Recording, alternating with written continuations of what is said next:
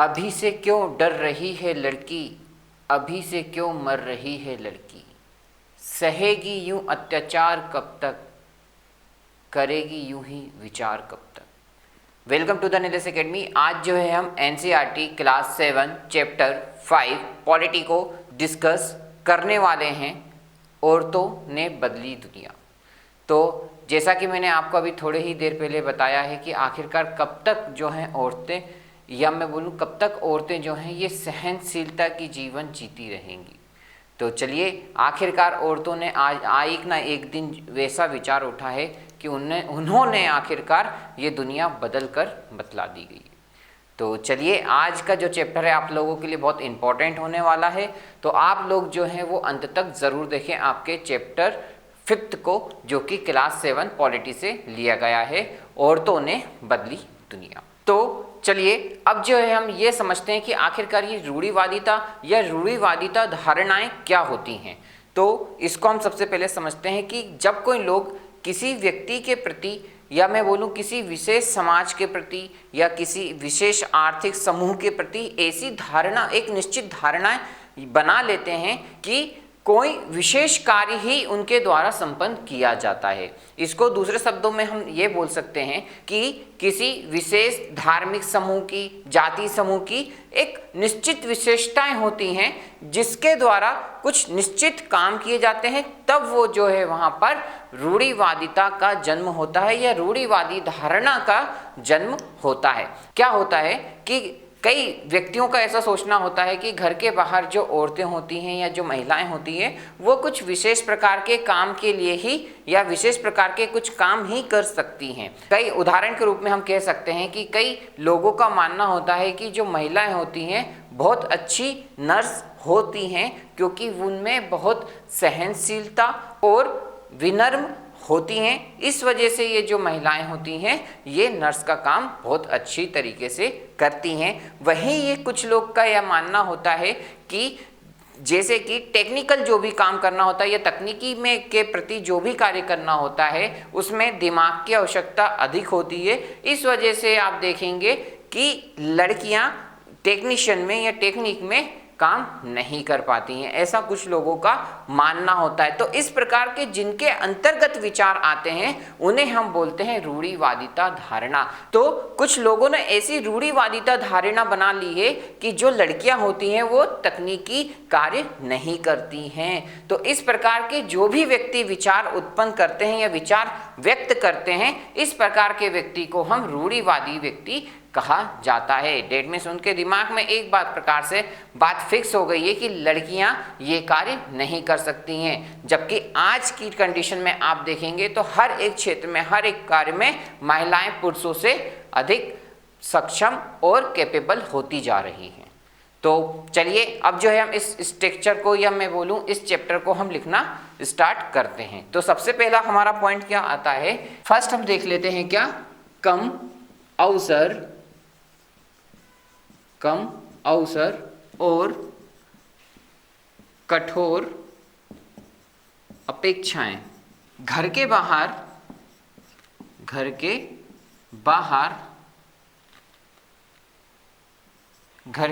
बाहर भी कुछ महिलाएं कुछ खास काम ही कर सकती हैं।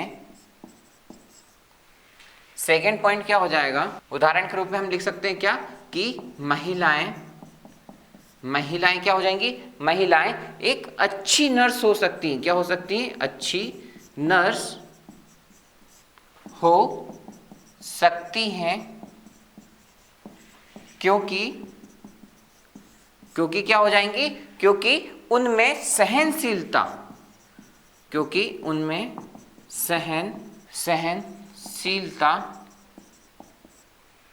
और क्या होंगी,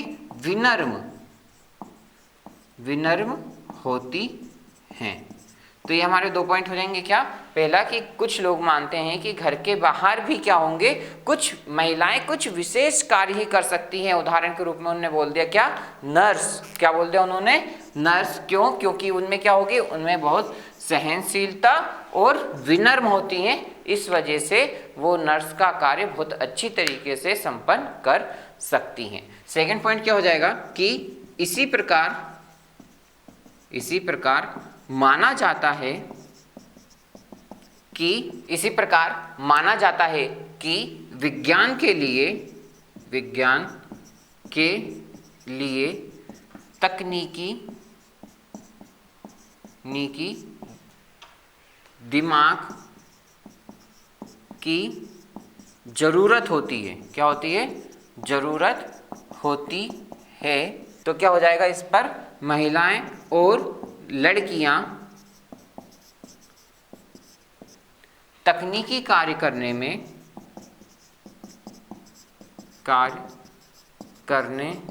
में सक्षम नहीं होती हैं। कुछ लोगों का मानना क्या होगा कि महिलाएं जो होंगी एक अच्छी नर्स हो सकती हैं। क्यों? क्योंकि वो एक सहनशीलता या विनम्रता होने के कारण उनमें क्या होगा, वो एक अच्छी नर्स का कार्य कर सकती हैं। वहीं कुछ लोग बोलेंगे कि विज्ञान के लिए क्या होगा, तकनीकी दिमाग या टेक्नीशियन की दिमाग की आवश्यकता होती है, जो कि महिला और लड़कियां इस कार्य करने में सक्षम नहीं होती है। तो आप दोनों उदाहरण से देख पा रहे होंगे कि इस प्रकार के जो अनेक प्रकार के जो लोग होते हैं, ये किस धारणा का उत्पन्न करते हैं? तो ये रूढ़िवादिता, क्या हो जाएगा? रूढ़िवादी धारणा का जन्म होता है या उत्पन्न हम बोल दें, आपको देखने को मिलता है। तो आप लोग जो है इसको जल्दी से नोट डाउन कर लें। अपन नेक्स्ट को जो है चर्चा करते हैं। तो इस प्रकार की धारणा को हम बोलते हैं क्या?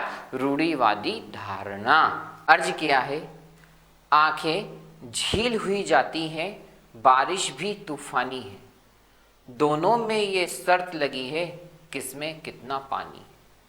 आंखें झील हुई जाती हैं, बारिश भी तूफानी है, दोनों में ये शर्त लगी है, किसमें कितना पानी है। वक्त किताबें खोलकर अपनी ढूंढ जरा पन्ना पन्ना, मेरे दर्द को नींद आ जाए ऐसी कोई कहानी है। तो चलिए नेक्स्ट जो पॉइंट है अब हम उसको डिस्कस कर लेते हैं, परिवर्तन के लिए सीखना। तो आप इसमें देख पाएंगे कि कुछ जो स्टूडेंट होते थे वो लिखना पढ़ना उनके पहुंच से बाहर होती थी। इस प्रकार की बात करना उनके लिए एक प्रकार से अनुचित बात होती थी। लेकिन यदि हम इतिहास या अतीत की यदि हम बात करें, तो लिखना पढ़ने की यदि हम बात करें तो कुछ लोग ही जो थे वो लिख पढ़ सकते थे। क्यों? क्योंकि अधिकांश बच्चों या अधिकांश लोगों का यह मानना होता था कि वो ही कार्य करते थे जो उनके कार्य पिता या दादा परदादा करते हुए आ रहे थे। उसी कार्य में वो दिन रात लगे हुए रहते थे। लिखना पढ़ने की बात तो अलग होती थी। फिर भी कुछ हद तक ऐसा माना जाता था इतिहास में कि लड़के तो फिर भी थोड़े बहुत पढ़ लिख पाते थे, तो लड़कियों की तो और दयनीय स्थिति होती थी। तो महिलाओं ने आखिरकार लिखना पढ़ने के लिए कई संघर्ष करा और कई आंदोलन भी करे। 19वीं शताब्दी में शिक्षा के क्षेत्र में कई नए विचार जो रहेंगे वो जन्म लेंगे। विद्यालय धीरे धीरे जो होंगे वो प्रचलन में आते जाएंगे। उदाहरण के रूप में आप देख पाएंगे रास सुंदरी देवी जी, जिनका जन्म 1800 से 1890 के बीच तक ये रहीं और इनका जन्म जो था पश्चिम बंगाल में हुआ। अब इन्होंने पढ़ाई के लिए कई महत्वपूर्ण संघर्ष करे और इन्होंने 60 वर्ष की अवस्था में, या मैं बोलूँ 60 वर्ष में, इन्होंने बंगला भाषा को लिखना पढ़ना सीखा। और इन्होंने ये एक पहली महिला थी जिन्होंने अपनी आत्मकथा लिखी जिसका नाम था अमार जीवन, या मैं बोलूं कि भारतीय महिला द्वारा लिखी गई ये पहली आत्मकथा थी जिसे हम बोलते हैं अमार जीवन। तो ये बहुत इंपॉर्टेंट था। तो चलिए अब ये जो है हम आखिरकार महिलाओं ने इस नए विचारधारा को अपनाने के लिए कई सारे संघर्ष करे, या मैं बोलूँ परिवर्तन के लिए हमें कुछ सीखना आवश्यक है। तो चलिए अब हम जो है इसको स्टेप बाय स्टेप लिख लेते हैं इस चैप्टर में। तो चलिए अब हम इसको फर्स्ट पॉइंट हमारा लिख लेते हैं क्या, कि कुछ बच्चों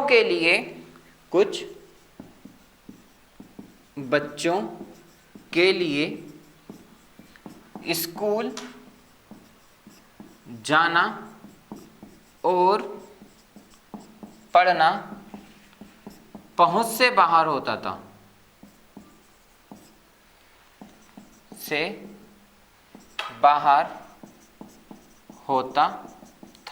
ठीक है।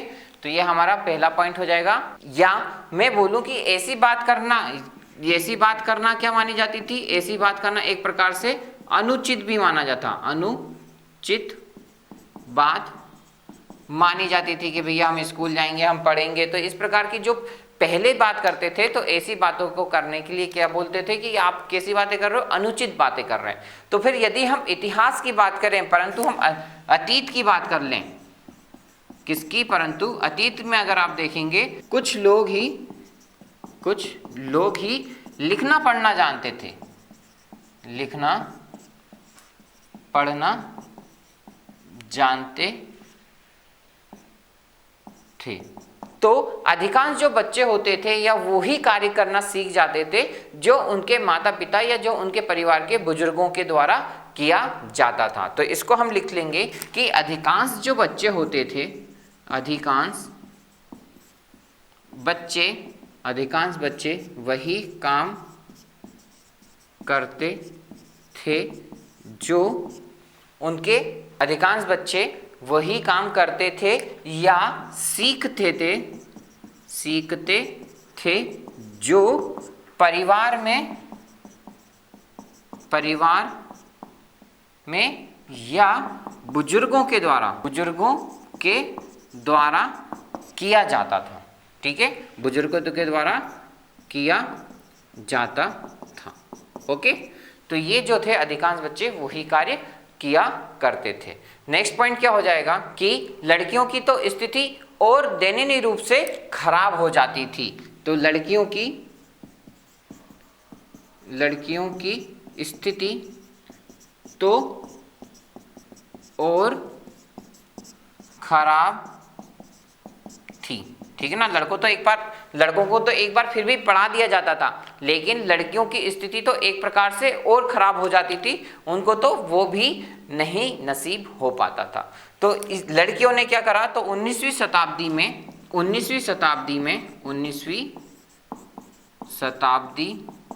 में शिक्षा के क्षेत्र में नए विचारों का जन्म हुआ, या मैं बोलूं विद्यालय जो थे वो प्रचलन में आए। ओके, और प्रचलन में आए और पढ़ाई के लिए भी महिलाओं ने कई संघर्ष किए। तो नेक्स्ट पॉइंट आप लिखेंगे कि स्त्रियों ने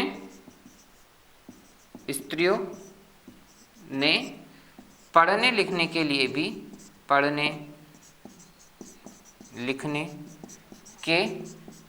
भी संघर्ष किया। तो आखिरकार हमने देखा कि आखिरकार किस प्रकार से स्त्रियां अपने पढ़ने लिखने के लिए भी संघर्ष करेंगी। ऐसे ही हम उदाहरण की बात करें तो उदाहरण में हो जाएंगी हमारी कौन, राजसुंदरी देवी जी, राजसुंदरी देवी जी। तो राजसुंदरी जो देवी थी, इनका जन्म लगभग जो था 200 वर्ष पूर्व, यानी कि 1800 से लेके 1890 तक 200 वर्ष पूर्व इनका जन्म हुआ। तो कहाँ पर हुआ इनका जन्म, तो इनका जन्म हुआ पश्चिम बंगाल में इनका जन्म हुआ। और ये जो राजसुंदरी जी हैं, इनका हम उदाहरण क्यों दे रहे हैं, क्योंकि इन्होंने क्या करा, पहले के ज़माने में इनको लिखना पढ़ना नहीं आता था, उस टाइम इन्होंने बहुत संघर्ष करा और अपने आप से ही इन्होंने लिखना पढ़ना शुरू किया। तो राजसुंदरी जो देवी जी थी, इन्होंने 60 वर्ष की आयु में अपनी एक आत्मकथा लिखी। कितने वर्ष की आयु में? 60 वर्ष।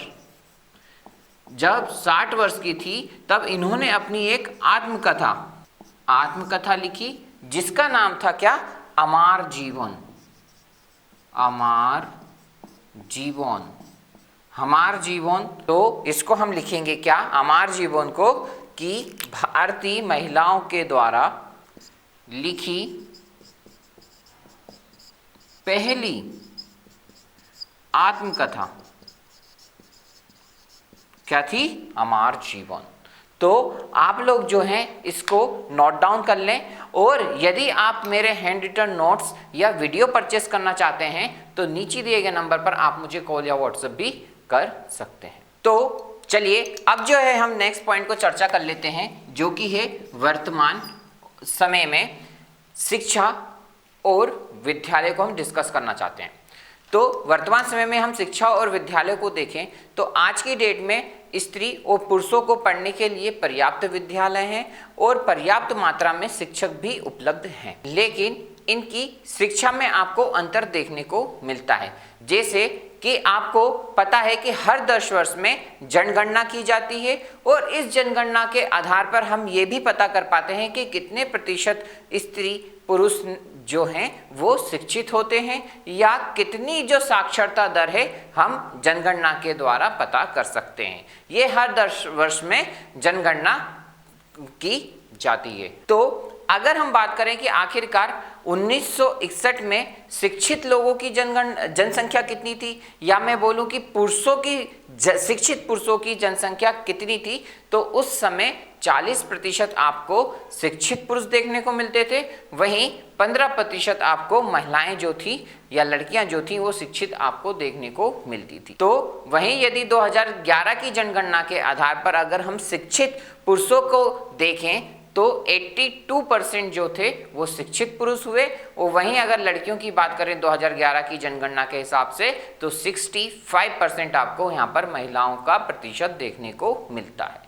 अब आप देखेंगे कि 1961 से 2011 में ये रेशियो काफ़ी कितना बढ़ा, यानी कि लोग जो थे वो शिक्षा की ओर अग्रसर हुए। लेकिन एक और आप और रेशियो देखेंगे कि सब लड़कियों की श्रेणियों में अनुसूचित जाति और अनुसूचित जनजाति लड़कियों की श्रेणियों में अधिकतर लड़कियों ने पढ़ना छोड़ दिया, या मैं बोलूं कि उन्होंने किसी कारणवश पढ़ाई नहीं की। आखिरकार क्या कारण थे जो इन लोगों ने पढ़ना छोड़ दिया? हो सकता है उसके 3 आपको रीजन देखने को मिल सकते हैं। क्या? तो पहला कारण हो सकता है कि गरीब क्षेत्र होने के कारण वहाँ पर ना ही पर्याप्त स्कूल थे और ना ही पर्याप्त शिक्षक थे जो कि उन लोगों को पढ़ाते, तो इस वजह से भी उन स्त्रियों ने जो कि अनुसूचित जाति या जनजाति थी उन्होंने पढ़ना छोड़ दिया हो। सेकेंड क्या रीज़न हो जाएगा कि स्कूल जाने के लिए उन्हें पर्याप्त साधन नहीं थे या वाहन सुविधा नहीं थी कि वो एक स्थान से रह के दूसरे स्थान स्कूल जा पाती या स्कूल वाहन का खर्च उठा पाती, तो इस वजह से भी उन्होंने पढ़ना छोड़ दिया। या फिर तीसरा कारण यह है कि गरीब निर्धन होने की वजह से भी उन्होंने पढ़ाई छोड़ना पड़ी। तो ये 3 रीज़न आपको देखने को मिलते हैं आखिरकार क्यों अनुसूचित जाति अनुसूचित जनजाति की लड़कियों ने पढ़ना छोड़ दिया था। तो चलिए अब जो है इन पॉइंटों को 1 बाय 1 लिख लेते हैं। तो फर्स्ट पॉइंट हमारा क्या हो जाएगा? आज लड़के और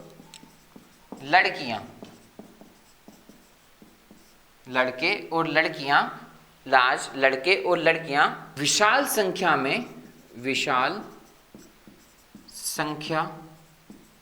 में विद्यालय जाते हैं, लेकिन इनकी शिक्षा में अंतर होता है। शिक्षा में अंतर है, ठीक है। कैसा अंतर है?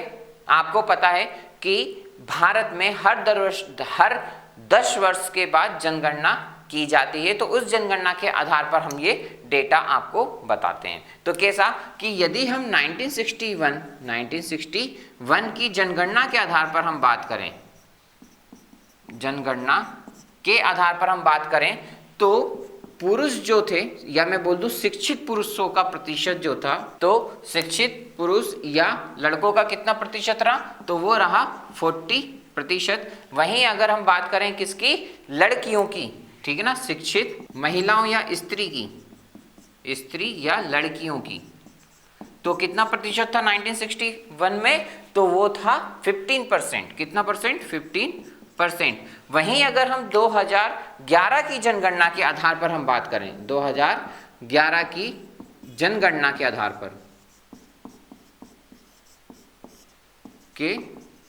पर हम बात करें, ठीक है, तो आप देखेंगे कि शिक्षित पुरुष ऑब्लिक लड़के कितने हो गए, 82% आपको यहां पर देखने को मिलता है। और शिक्षित स्त्रियों की अगर हम बात करें, ठीक है ना, ऑब्लिक लड़कियों की यदि हम बात करें, ठीक है, तो वो हो गई थी 65%, ठीक है। तो आप देखेंगे कि दोनों डेटाओं में आखिरकार इंक्रीमेंट हुआ है, यानी कि प्लस आपको यहां पर देखने को मिलता है, यानी कि लोग बाग जो थे वो शिक्षा की ओर अग्रसर हुए, ठीक। लेकिन यहां पर आप देखेंगे कि जो अनुसूचित जाति थी, इस लड़कियों में भी आप देखेंगे कि जो एससी या एसटी जाति की जो लड़कियां थी, उन्होंने कईयों ने स्कूल जाना बंद कर दिया, या स्कूल छोड़ने की दर जो थी वो अधिक थी, ठीक है, दर अधिक थी, ठीक है। तो ये आपको यहाँ पर देखने को मिलेगा 2011 की जनगणना के आधार पर। अब यहाँ पर क्या होगा कि आखिरकार क्या कारण रहा, कि कारण यदि हम देखें कि आखिरकार क्या कारण रहा कि आखिरकार इन लड़कियों को स्कूल छोड़ना पड़ा, तो पहला कारण क्या रहा कि हो सकता हो निर्धनता की वजह से, निर्धनता के कारण वो स्कूल ना जा पाई, ठीक है ना, निर्धन होने की वजह से स्कूल ना जा पाई। सेकंड क्या हो जाएगा कि विद्यालय दूर होने के कारण,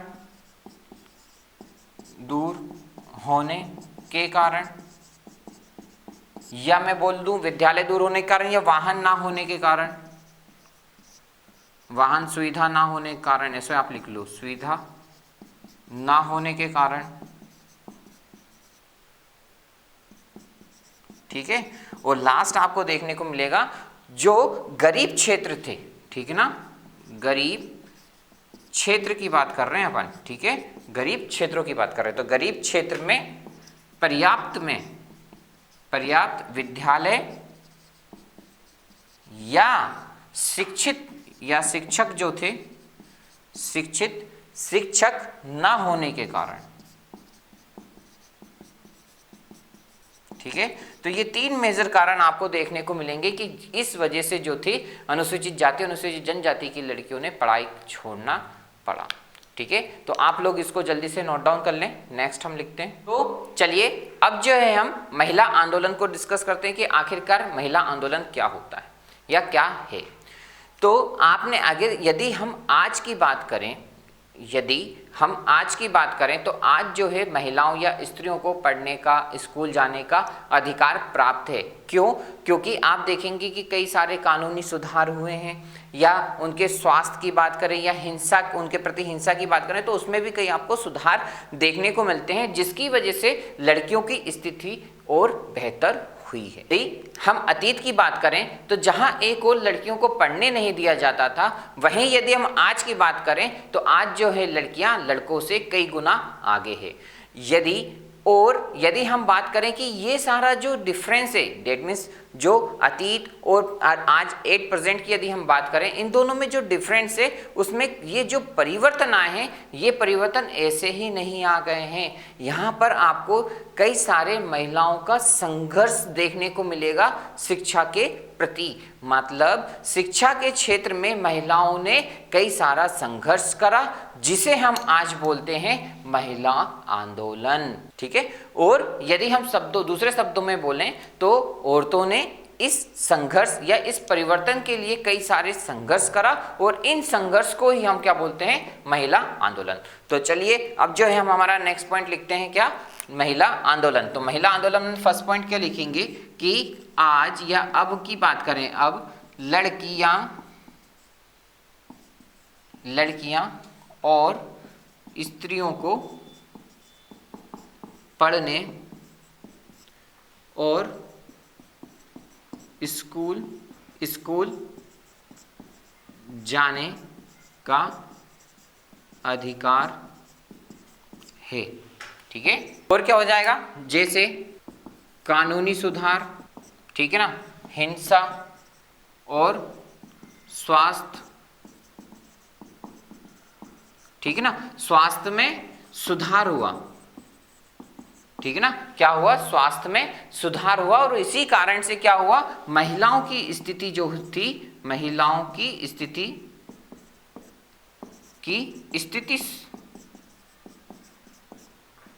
अच्छी या बेहतर, मैं बोलूं बेहतर हो गई। ठीक है। तो महिलाओं की स्थिति अच्छी और बेहतर हो गई। ठीक।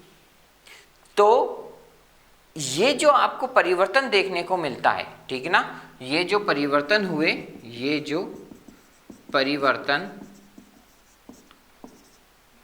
हुए वो ऐसे ही परिवर्तन नहीं हुए, वो महिलाओं ने इन परिवर्तनों के लिए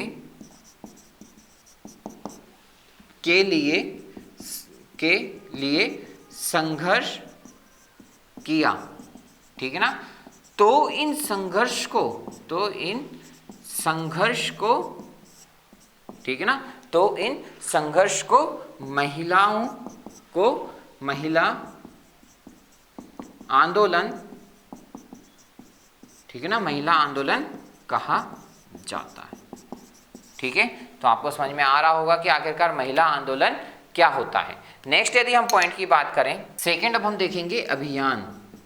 सेकंड हम क्या देखेंगे, अभियान, कि आखिरकार अभियान क्या होते हैं। तो आप देखेंगे कि अभियान क्या होता है कि महिलाओं के साथ कई सारे भेदभाव, हिंसा, इनके विरोध में महिलाओं ने क्या चालू करा, अभियान चालू किया, या मैं बोलूं अभियान चलाना शुरू किया, जो कि महिला आंदोलन के लिए भी बहुत महत्वपूर्ण कार्यगर था। तो इन अभियानों के फलस्वरूप क्या हुआ कि महिलाओं के लिए नए कानून बनाए गए। तो उदाहरण के लिए यदि हम बात करें तो 2006 में नए कानून बनाए। इसके अंतर्गत क्या हुआ कि जो महिलाओं घर के अंदर शारीरिक या मानसिक हिंसा जो भोग रही हैं, उन औरतों को कानूनी सुरक्षा दी जाए। तो ये अभियानों के थ्रू आपको देखने को मिलता है। तो कई सारे अभियान चले, इसके तहत क्या हो गए, नए कानून बने। नए कानून कब बने, 2006 में नए कानून बने, नए कानून बने। ठीक है। तो नए कानून के इसके अंतर्गत क्या हो जाएगा, घर के अंदर शारीरिक और मानसिक, ठीक, शारीरिक और मानसिक हिंसा को भोग रही औरतों को, ठीक है ना, शारीरिक और मानसिक हिंसा को भोग रही औरतों को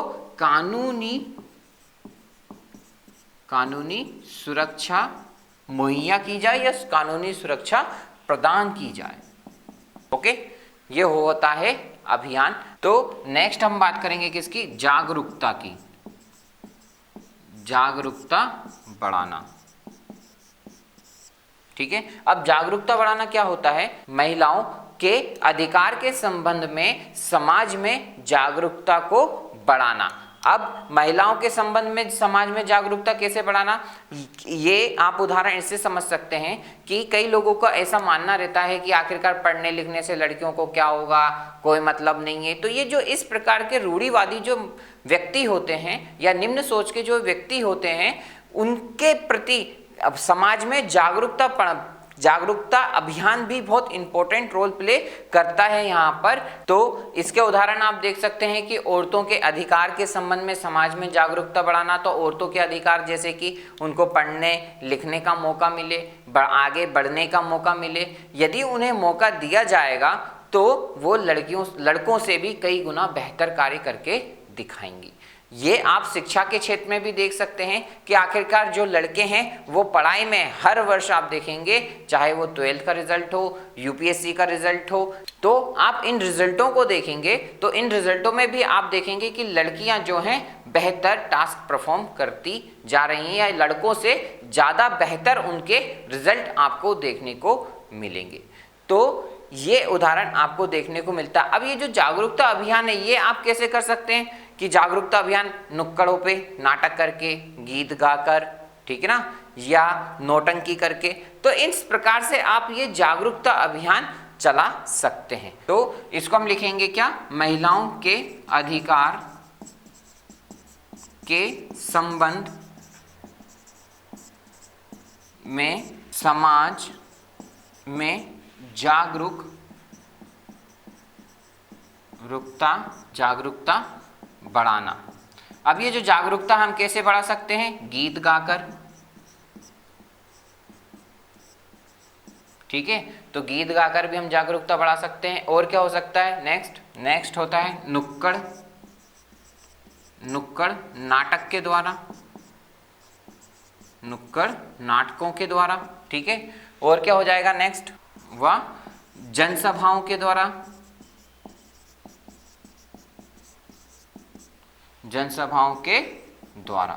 तो आप आदि कार्य जो है यहाँ पर जागरूकता आप अभियान भी चला सकते हैं। अब नेक्स्ट हम पॉइंट देख लेते हैं, विरोध करना। कि आखिरकार विरोध करना क्या होता है। जब महिलाओं के हितों का उल्लंघन होता है, तब कानून के द्वारा या नीतियों के द्वारा या महिला आंदोलनों के द्वारा, ठीक है, महिला आंदोलनों के द्वारा इन उल्लंघनों के खिलाफ वो आवाज उठाती हैं। अब ये आवाज हो सकता हो वो रैलियों के द्वारा करें, हस्ताक्षर अभियान के द्वारा करें या प्रदर्शन करें। तो इन आदि के माध्यमों से लोगों का ध्यान आकर्षित करना, ठीक है, लोगों का के प्रति ध्यान आकर्षित करना भी ये विरोध कहलाता है। तो क्या होगा कि हमारा फर्स्ट पॉइंट, महिलाओं के हितों, यदि हम बोलते हैं, इसको हमेशा लिख दें, यदि महिलाओं के हितों का उल्लंघन, ठीक है ना, महिलाओं के हितों का उल्लंघन होता है तो कानून या नीतियों के द्वारा महिला, ठीक है ना, महिला आंदोलन, ठीक है ना, महिला आंदोलन इसके खिलाफ